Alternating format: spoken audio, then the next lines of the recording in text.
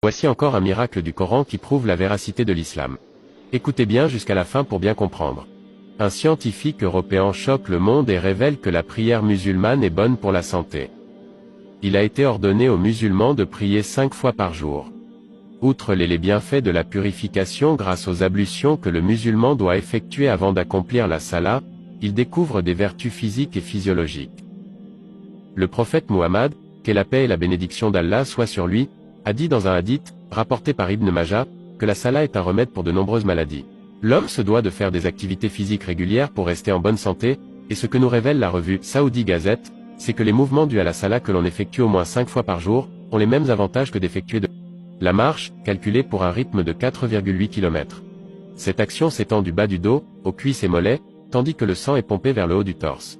Puis lorsque nous revenons à la position debout, le sang qui était dans la partie supérieure du corps, revient à la normale. Le corps est détendu. En conséquence, ce sang emporte les toxines et libère considérablement les tensions. En se prosternant, cette partie du corps touche le sol, dont notre front et cette partie est très bénéfique. Il y a une réduction avérée des maux de tête, des spasmes, ainsi que des douleurs du fait que les charges électrostatiques sont dissipées. Tout au long de la journée, les êtres humains sont exposés aux charges électrostatiques de l'atmosphère. Et tout cela se centralise au niveau du système nerveux central. La prosternation permet donc de décharger le corps de ces charges électrostatiques.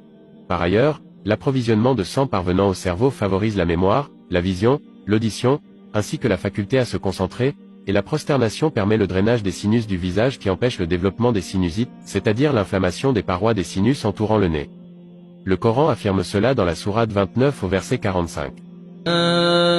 أوحي إليك من الكتاب وأقم الصلاة